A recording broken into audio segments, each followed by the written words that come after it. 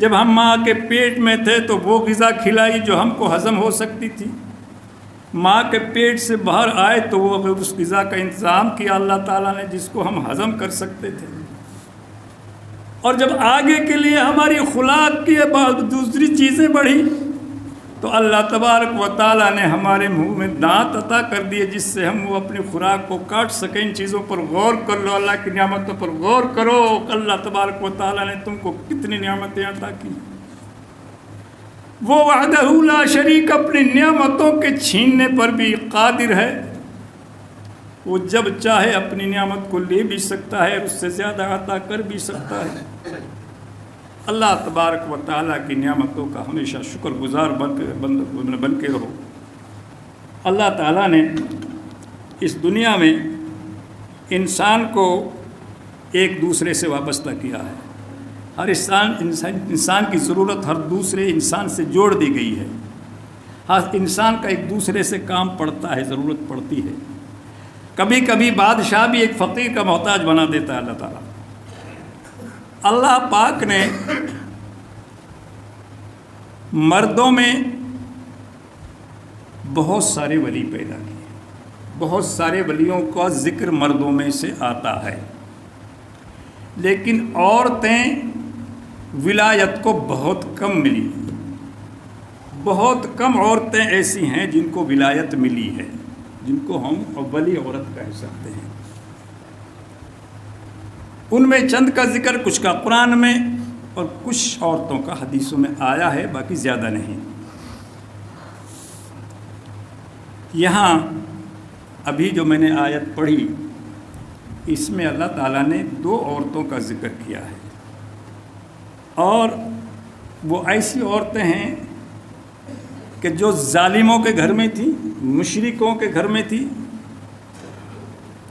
اس زمانے میں اس شریعت میں ممکن ہے مومنہ عورت کا نکاح کافر سے جائز ہو،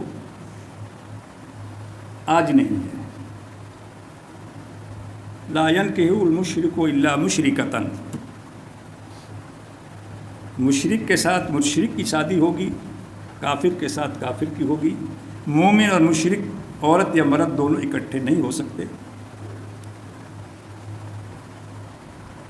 اس طرح اگر کوئی کرتا ہے تو اس کو جائز نکاح نہیں کہا جائے گا، وہ حرام ہوگا، وہ زنا ہوگا۔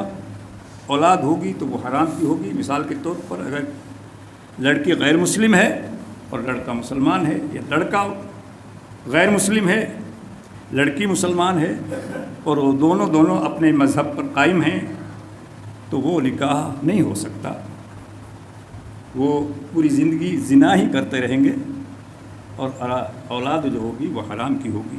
اسی طرح میں نے پچھلی دفعہ بتایا تھا کہ اس سے جو ولی کا معاملہ ہے، اگر بغیر ولی کے کوئی نکاح ہوتا ہے، کورٹ میرج کیا ہوتا ہے؟ کورٹ میرج وہ تو سرکاری نظام ہے، ایک سرکار کا نظام ہے، شریعت کا نظام نہیں ہے کورٹ میرج۔ تم سرکار کی نظروں میں جائز ہو سکتے ہو، تم کو میاں بیوی کا درجہ دے دیا جائے، وہ ایک الگ بات ہے، لیکن شریعت نہیں دے گی جب تک ولی نہ ہو، اور ولی میں باپ ہو موجود نکاح کے لیے اجازت دینے والا، بھائی ہو، ماموں ہو، جو ولی کا درجہ رکھتا ہے، اس کے بغیر اور کوئی بغیر ولی کے نکاح جائز نہیں۔ خیر، یہ ایک بیچ میں بات آ گئی۔ یہاں اللہ تعالیٰ نے اپنی 2 اور باندیوں کا، 2 بندیوں کا، 2 نیک عورتوں کا ذکر فرمایا ہے۔ وَضَرَبَ اللَّهُ مَثَلًا لِّلَّذِينَ آمَنُوا امْرَأَتَ فِرْعَوْنَ۔ اللہ تبارک و تعالیٰ اللہ کلام پاک میں ایک ظالم، مشرک، کافر، اپنے آپ کو خدا کہنے والا، اور جب اس کی بیوی کو اللہ تعالیٰ ایمان کی توفیق دیتا ہے تو اس بیوی کو اللہ تعالیٰ ولایت تک کا درجہ عطا کر دیتا ہے، اور اس کا ذکر اس کی باتیں اللہ تعالیٰ قرآن پاک کی آیت بنا دیتا ہے، اس کو قرآن کی آیت بنا دیتا ہے۔ اتنا بڑا درجہ، قیامت تک جو اس کا نام پڑھا جاتا رہے۔ حضرت آسیہ فرعون کے گھر میں تھی، اور یہ بھی اسی کے مذہب پہ تھی، یہ بھی اسی طرح کی مشرکہ تھی، کافرہ تھی، لیکن جب حضرت موسیٰ علیہ السلام اور فرعون کے جادوگروں کا مقابلہ ہوا سارے جادوگر جو بڑے بڑے جادو کرتے فرعون نے سارے کے سارے بلا لیے اور ایک تاریخ مقرر کر دی تھی کہ فلاں میدان میں ہمارا اور موسیٰ کا مقابلہ ہوگا، اگر میرے جادوگر جیت گئے تو موسیٰ علیہ السلام کو یا تو ہمارا مذہب ماننا پڑے گا، نہیں تو ہم اس کو ختم کر دیں گے۔ اور یہ فرعون کے وہم گمان میں بھی بات نہیں تھی کہ میرے جادوگر ہار سکتے ہیں، کیونکہ بہت بڑے بڑے جادوگر تھے۔ پورا قصہ تفصیل سے بیان کیا جائے تو بہت لمبا ہے، بہت وقت لگ جائے، میں مختصر اس کا لب لباب میں عرض کر رہا ہوں کہ جب ساری دنیا تماشبین سارے اکٹھے ہو گئے مقررہ تاریخ میں اس میدان کے اندر، تو موسیٰ علیہ السلام سے پوچھا کہ بتاؤ اجازت ہے؟ کہ ہاں اجازت ہے۔ ان جادوگروں سے کہا کہ پہلے تم اپنا جادو چلاؤ، میں تمہارا جادو کا جواب دوں گا۔ جادو کرنے کے ان کے طریقے بہت سارے تھے، لیکن انہوں نے سب سے جو زیادہ بہتر سمجھا وہ یہ سمجھا کہ فرعون سے کہا کہ رس سے لاؤ، رس سے بڑی بڑی بڑی بڑی رسیاں، لمبی لمبی موٹی موٹے رسے لائے گئے، میدان میں پٹک دیے گئے اور پورا میدان رسوں سے پٹ گیا۔ اور پھر ان جادوگروں نے کیا کیا کہ پھونک ماری، وہ سارے رسے سانپ بن گئے، بڑے بڑے اژدہا بن گئے۔ پورے میدان میں سانپ ادھر سے ادھر، ادھر سے ادھر بڑھ کھانے لگے، پورا میدان سانپوں سے پٹ گیا، دنیا گھبرا گئی، پریشان ہو گئی۔ اور حضرت موسیٰ علیہ السلام بھی منی من میں خوف کھا گئے۔ قرآن کہتا ہے کہ موسیٰ علیہ السلام بھی ڈر گئے تھے، وہ بھی خوف زدہ ہو گئے تھے، لیکن اللہ تعالیٰ نے کہا کہ لا تخف، اے میرے نبی ڈرے مت، وَأَلْقِ عَصَاكَ، کچھ نہیں کرنا تجھے، تیرے ہاتھ میں جو ڈنڈا ہے اسے پھینک دے، بس میدان میں بسم اللہ پڑھ کے اس ڈنڈے کو پھینک دے۔ حضرت موسیٰ علیہ السلام نے ڈنڈا پھینکا تو جتنے وہ اژدہا، اتنا بڑا اژدہا بنا، اتنا اس نے منہ پھاڑا اللہ کے حکم سے، اتنا بڑا اس کا منہ ہو گیا کہ جتنے وہ سانپ میدان میں سارے کل بلا رہے تھے سب کو سٹک گیا۔ جاء الحق وزهق الباطل، اے مسلمانوں تمہارا ایمان یقین مضبوط ہونا چاہیے، کبھی بھی دنیا میں حق کے سامنے باطل ٹھہرا ہی نہیں، باطل ٹھہر سکتا ہی نہیں۔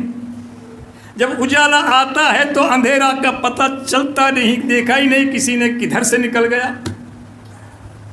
گپ اندھیرا ہے، آپ کوئی روشنی کر دو، کوئی چراغ جال دو، کوئی بتی جلا دو، اندھیرے اجالے کی مثال ہے حق اور باطل کی۔ حق اجالا ہے، باطل اندھیرا ہے۔ وہی حق اور باطل کی لڑائی شروع سے چلی آ رہی ہے، آج بھی جاری ہے، چل رہی ہے۔ تمہارا حق واضح ہو جائے گا، تمہارے حق کی فتح ہو جائے گی، تم حق پر ہو تو جیت تمہاری ہوگی۔ وَزَهَقَ الْبَاطِلُ، ایسا ہو ہی نہیں سکتا کہ حق پر باطل غالب آ جائے، نہیں ہو سکتا ایسا، یہ کسی کتاب میں لکھا ہی نہیں ہے۔ یہ نظارہ سارا کا سارا آسیہ اپنے محل پہ چڑھ کر تماشا دیکھ رہی تھی جادوگروں کا اور موسیٰ علیہ السلام کا، اور اللہ تعالیٰ نے اس کا ذہن کھولا، اس کا دماغ کھولا، اس کی سمجھ میں بات آئی کہ تیرا خامد فرعون تو قطعاً جھوٹا ہے، مکار ہے، فریبکار ہے۔ اور وہ سارے کے سارے جادوگروں نے بھی سمجھ لیا کہ یہ ہمارا جادو ہے، یہ کوئی اللہ کی قدرت ہے۔ وہ بھی سارے مومن ہو گئے، مسلمان ہو گئے، انہوں نے بھی کلمہ پڑھ لیا، اور انہی کے ساتھ مائی آسیہ نے بھی کلمہ پڑھ لیا بیٹھے بیٹھے محلوں پر۔ اس عورت کا ذکر اللہ تعالیٰ نے فرمایا ہے، تو میرے عنوان چل رہا تھا عورت کو خامد کی اطاعت کرنی چاہیے، بات ماننی چاہیے۔ ایک مشرک کے گھر میں تھی، کافر کے گھر میں تھی، لیکن وہ بات نہیں ماننی چاہیے جو شریعت کے خلاف ہو، جو قرآن حدیث سے ٹکراتی ہو، وہ بات عورت بھی نہیں مانے گی اپنے خامد کی، باقی سب باتیں مانے گی۔ تو آسیہ اس مشرک کے گھر میں تھی، فرعون کے گھر میں تھی، اس نے ساری اطاعت کی، سب فرما برداری کی، ہر بات مانی، لیکن اس نے صاف کہہ دیا کہ میں تجھے خدا نہیں مانتی، تو خدا نہیں ہے، خدا تو کوئی اور ہے جو اس کائنات کو چلا رہا ہے، وہ ایمان لے آئی، مسلمان ہو گئی، مومنہ بن گئی، اور اب اس پر اس نے سزائیں دینا شروع کی۔ اگر ان سزاؤں کا سب کا ذکر کیا جائے تو بہت وقت چاہیے، میں آخر میں ایک بات کہتا ہوں کہ یہاں تک سزائیں دی کہ اس کو ایسے لٹا دیتا تھا فرعون نالائق، اور اس کے ہاتھوں میں میخیں کیل گاڑ کے زمین میں، اور جب اس کی چھاتی پہ پتھر دھرتا تھا وہ کہتا تھا کہ مجھے خدا کہ، پھر بھی وہ اللہ کی بندی اللہ صمد کی گواہی دیتی، اللہ احد، اللہ ایک ہے، تو خدا نہیں، تو خدا نہیں۔ اتنا ایمان مصمم اور مضبوط ہونا چاہیے ایک مومن کا، ایک مسلمان کا۔ اطاعت کے تعلق سے ایسی عورتیں بہت کم ملیں گی جن کو اللہ تبارک و تعالیٰ نے شرح صدر دیا ہے، جن کے سینے کھلے ہوئے ہیں، جن کے سینوں میں ایمان مضبوط اور مصمم ہے۔ وہ عورتیں اپنے خامندوں کا برتاؤ کیسے کرنا ہے یہ جانتی ہے۔ میری مائیں، میری بہنیں، میری بیٹیاں اگر کہیں سن رہی ہوں تو یقین کر لیں، اعتماد کر لیں، اگر خاوندوں کی تم شریعت کے دائرے میں رہ کر کے اطاعت کرو گی، کل قیامت کے دن جنت الفردوس میں اعلیٰ مقام پاؤ گی، جنت کے دروازے تم کو کھلے ملیں گے۔